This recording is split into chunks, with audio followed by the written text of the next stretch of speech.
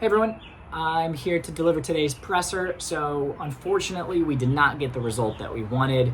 It ended 1-0, the bad guys, even though we're the Outlaws, the other bad guys. Unfortunate there. Conceded a goal in the 85th minute off of a corner. First corner went out, second corner just kind of, I'm not even sure what happened. He sort of like mishit it, but hit it like perfectly where it's like right along the top bar and just somehow found its way into the net. So unfortunate result, but I think overall there are some things that we did really well that we should acknowledge. You know, from the run of play, we shut them down. They really didn't have many chances, no real clear shots on goal.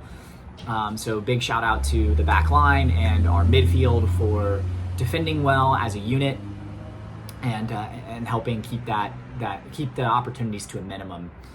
We got to fix something on corners. I don't know what it is. Set pieces we just have struggled with all season.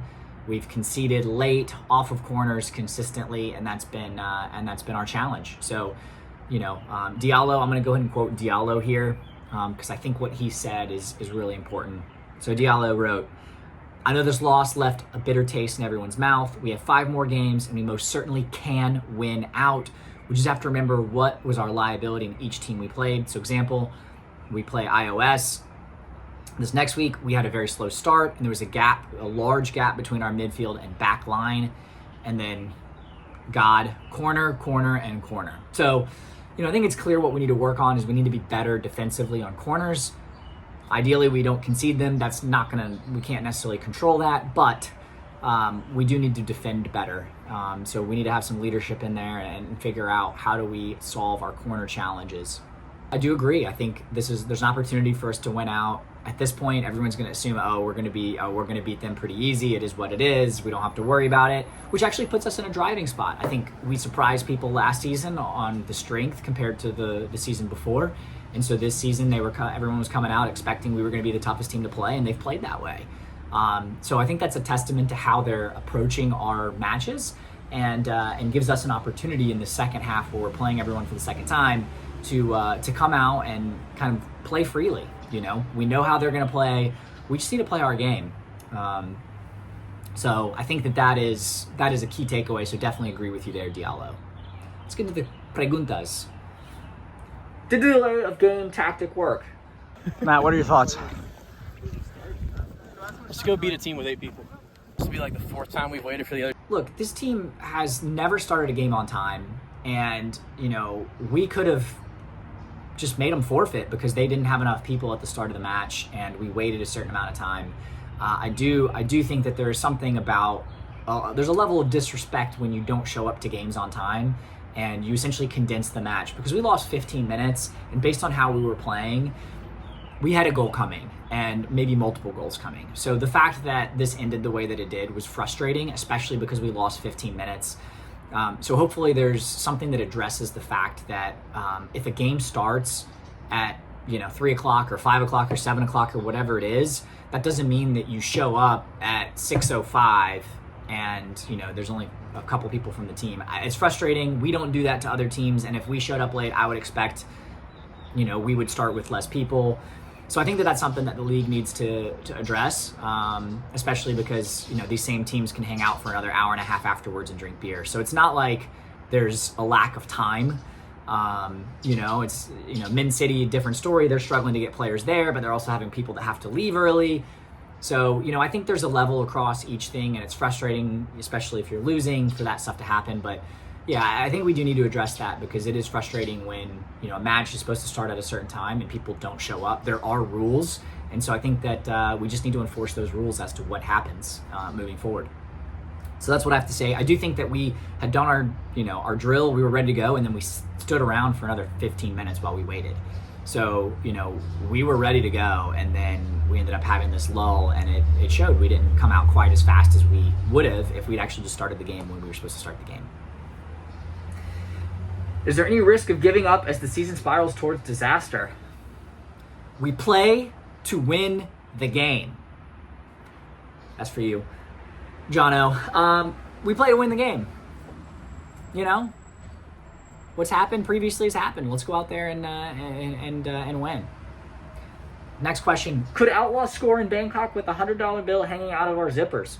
Well, first off, I lived in Thailand for a year, and I can go ahead and tell you that no, because they take baht, they don't take dollars. So that would be the first thing, is you need to convert your dollars into baht. And if you had 3,000 baht hanging out of your pants, it'd probably just get taken, and that would be the end of it. I would be, you never know whether it's going to be a lady boy or not a lady boy. It's hard to tell.